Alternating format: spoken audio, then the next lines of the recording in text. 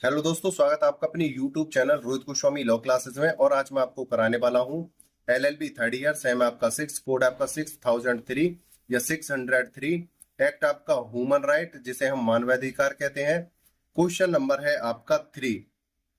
अब से पहले मैं आपके प्लेलिस्ट में काफी क्वेश्चन करा चुका हूं और ये आज का जो क्वेश्चन है आपका शॉर्ट क्वेश्चन है और इसी शॉर्ट से आपका वेरी शॉर्ट भी क्वेश्चन बन जाता है।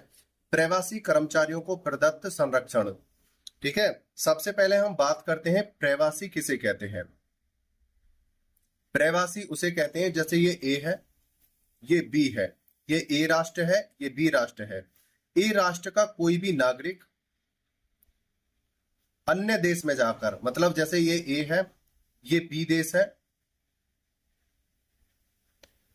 ए देश, और ये क्या है, बी देश। ये ए देश का जो नागरिक है बी देश में जाकर क्या करता है, कार्य करता है।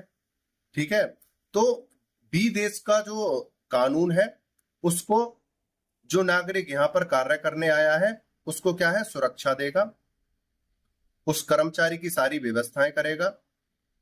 ठीक है, और उसे चिकित्सा, संरक्षण, खाना पानी और स्वतंत्रता पूर्वक रहने का अधिकार वहां पर देगा। कहने का मतलब है जो मजदूर दूसरे देश में जाकर जैसे किसी अन्य देश का व्यक्ति भारत देश में आकर अगर कोई कार्य करता है, अब सपोज करो ये कोई अन्य देश है और ये भारत देश में आके कार्य करता है, तो भारत की जो सरकार है उसका कर्तव्य है उसे सुरक्षा देने का, उसे व्यवस्थाएं देने का, चिकित्सा देने का, संरक्षण देने का, खाना पानी और स्वतंत्रता प्रदान करने का। ठीक है, अब इसको समझते हैं। प्रवासी कर्मचारियों को प्रदत्त संरक्षण। आंसर नंबर 3 है प्रवासी कर्मचारियों और उनके परिवार के लिए 18 दिसंबर 1990 को महासभा द्वारा एक अभिसमय स्वीकार किया गया जिनमें उनके अधिकार दिए गए। अभिसमय होता है एक सम्मेलन, ध्यान रखना, अभिसमय का मतलब है हमारा सम्मेलन।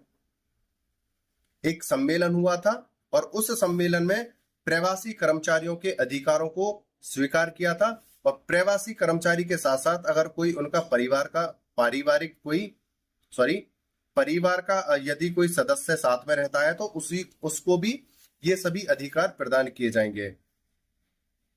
नंबर 1 है मनमाने पूर्ण गिरफ्तारी से संरक्षण। कोई भी व्यक्ति किसी भी ऐसे प्रवासी कर्मचारी को मनमाने तरीके से गिरफ्तार नहीं कर सकता है जो निंदनीय हो। दूसरा, संविदात्मक दायित्वों को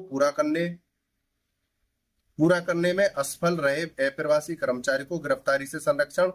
जैसे कोई विदेशी व्यक्ति है, वो भारत में आया और उसने किसी कार्य को करने के लिए कोई कॉन्ट्रैक्ट किया, लेकिन उसने पूरा प्रयास किया और वो कार्य पूरा नहीं हो पाया है जो उसने कॉन्ट्रैक्ट है संविदा की थी, तो अब उस व्यक्ति को जेल में नहीं डाला जाएगा, ना ही उसके अधिकारों का हनन किया जाएगा। ठीक है। तीसरा है न्यायालयों में राष्ट्रिकों को समान व्यवहार। दास प्रथा या गुलामी का निषेध। ये नहीं है कि कोई विदेशी व्यक्ति हमारे देश में कार्य करने आया तो हम उसे गुलाम बना लें।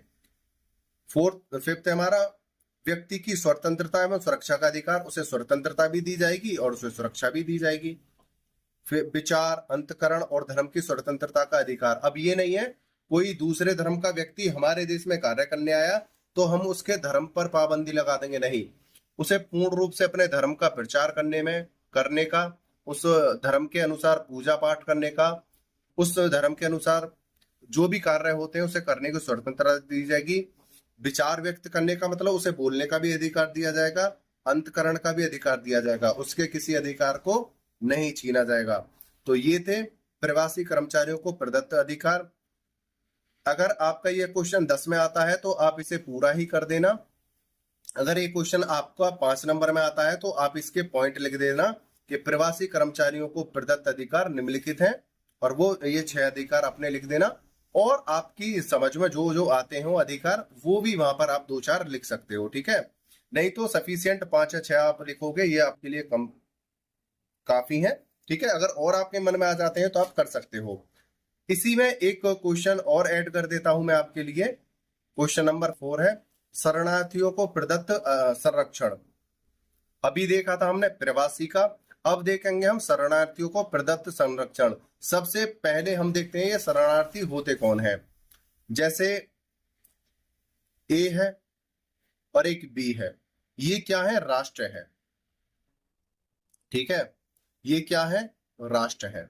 सपोज करो ए जो देश है, यहाँ के जो नागरिक हैं, या इस देश की बात करते हैं, इस देश में युद्ध, ठीक है, या हिंसा, या गृह कलेश, जो गृह युद्ध हो जाते हैं, उसकी वजह से अगर ए देश के नागरिक अपने जीवन को बचाकर वो अगर बी देश में जाते हैं, तो उनको क्या है, शरणार्थियों के आधार पर उनको अपने देश में रखा जाएगा, जब तक उसके देश, इस ए देश से युद्ध, हिंसा या गृह कलेश समाप्त नहीं हो जाता, या कोई प्राकृतिक जो आपदा इस देश में आई हुई है वो समाप्त नहीं हो जाती है, तो तब तक ये क्या है, शरणार्थी बनकर इस बी देश में रह सकते हैं और इनको सभी अधिकार दिए जाएंगे। वो कौन कौन से अधिकार हैं अब हम देखते हैं।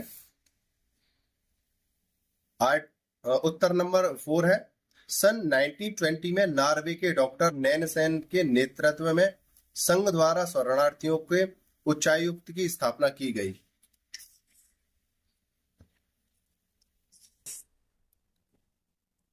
प्रथम अंतरराष्ट्रीय अभिकरण, अभिकरण का अर्थ होता है न्यायालय, ये आप लिखते रहना इन वर्डों को, अभिकरण यानी कि न्यायालय। प्रथम अंतरराष्ट्रीय न्यायालय संयुक्त राष्ट्र अनुतोष एवं पुनर्वास प्रशासन। दूसरा है अंतरराष्ट्रीय शरणार्थी संगठन, संयुक्त राष्ट्र शरणार्थी उच्चायुक्त की स्थापना की, जो शरणार्थियों के अधिकारों को संरक्षण प्रदान करते हैं। अगर कोई शरणार्थी किसी देश में जाता है तो उसे खाना, पानी और रहने का, अपने धर्म को मानने का, मतलब अगर वो पूजा पाठ करते हैं अपनी धर्म की, तो वो अधिकार दिए जाएंगे, और उन्हें संरक्षण का भी अधिकार दिया जाएगा।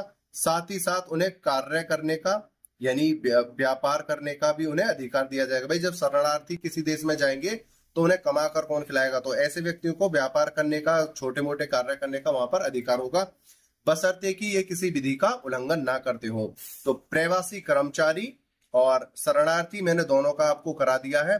ये काफी बार क्वेश्चन आपसे एग्जामिनर पूछता है। उम्मीद करता हूं ये दोनों क्वेश्चन आपको अच्छे से समझ में आए होंगे।